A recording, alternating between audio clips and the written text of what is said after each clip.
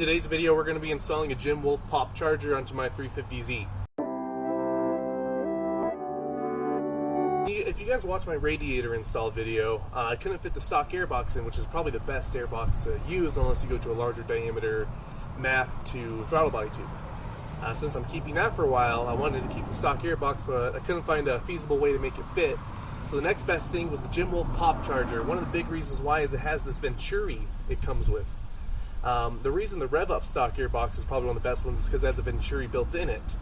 The Ghetto Spectre intake I made doesn't have that. I also had to make my own mounting bracket. Some of you guys may have remembered I had to zip tie it together. The next day I was so sickened with myself that got some steel, bent it, drilled holes, and made a little bracket to hold it together for now. This comes with a bracket. This also comes with a heat shield, which I don't have, and I did that drift event like that as well. So I've gotten used to the car like this with this garbage intake. So I should see a noticeable gain from going from garbage to this. And I used to have one of these when I actually bought the car. I went to the stock intake intentionally, but I remember missing this one because it sounds so good. Sounds so good. They do heat soak bad, but only in like really hot climates. So we're gonna put this one on. Should be very easy. So first thing I'm going to do, I'm just going to disconnect the battery, so we can do kind of like an ECU reset, so we can relearn everything when we have the new intake on. Next, we're going to take off my Ghetto intake. The stock intake's very easy to take off also. Here's a little bracket I built actually. Yeah, bent in the factory bolts, drilled a hole in there. And it's actually pretty, it's okay, I guess. It's not the best. But it's gonna be gone. But look at this, attention to detail. I even painted it to the factory paint code. That's slick, huh?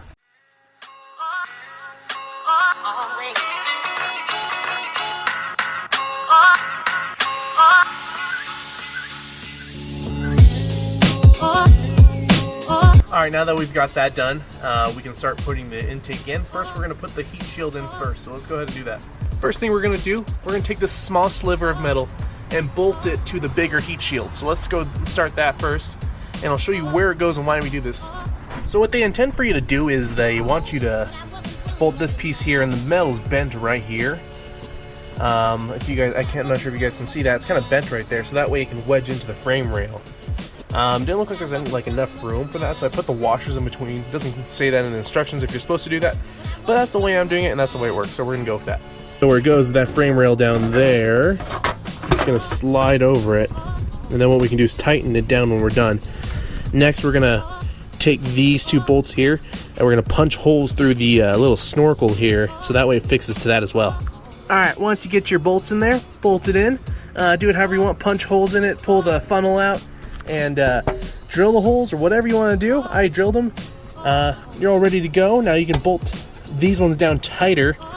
That way it clamps down onto the frame rail, and we'll be done with that. Ooh, that's fancy. It says Popcharger in there. Look at that. That is quality. Oh, by the way, I don't think I mentioned, this is only $100 at Concept Z. Not a bad deal. All right, moment of truth. Let's see if it's made a gain.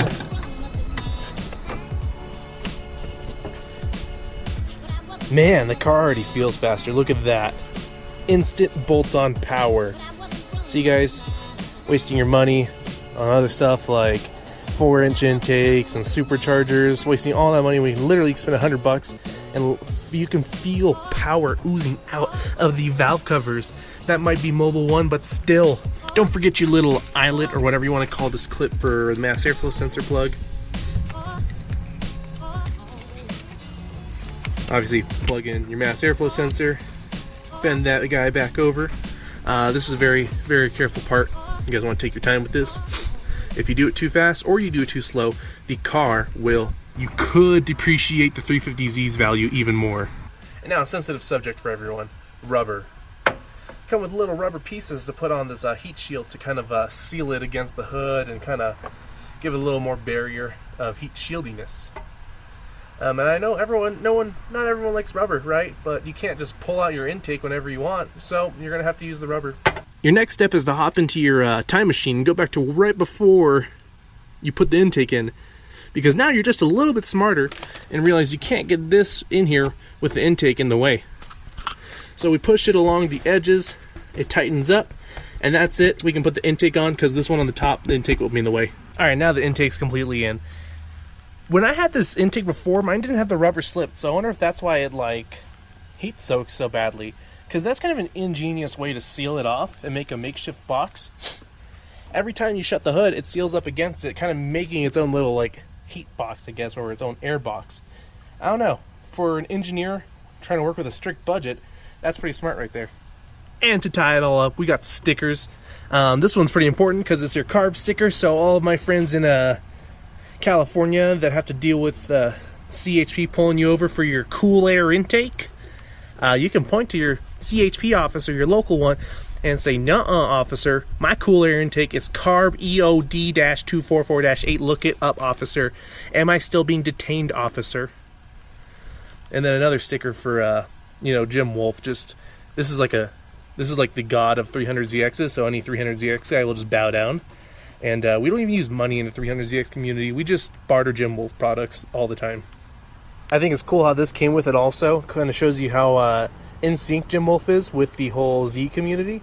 And this is for ZCon that happens in Georgia every year in October. Obviously, you can see the date there. Yeah, maybe one of these days when I'm not a broke college student, I'll actually be able to go to this. All right, now that that's all done, let's go give it a drive. I kind of did this like a how-to video, but really it's supposed to be a vlog. So to make it more vlogish, we're just going to go for a drive, get some of that sweet intake noise in it, and we'll be done. We'll be done with this video for the day. Get some noise clips of the car,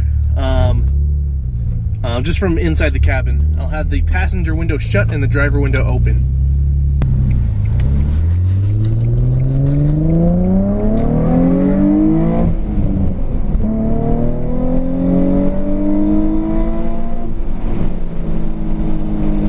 You know what? The car does feel a little like, I don't know, mid-range feels like it did improve a little bit, enough for me to notice.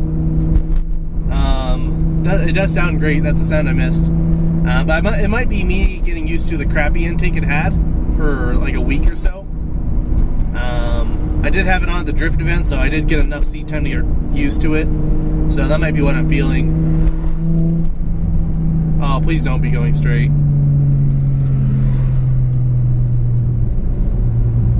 Please don't be going straight, please. Oh, we're good. Alright, let's do this again.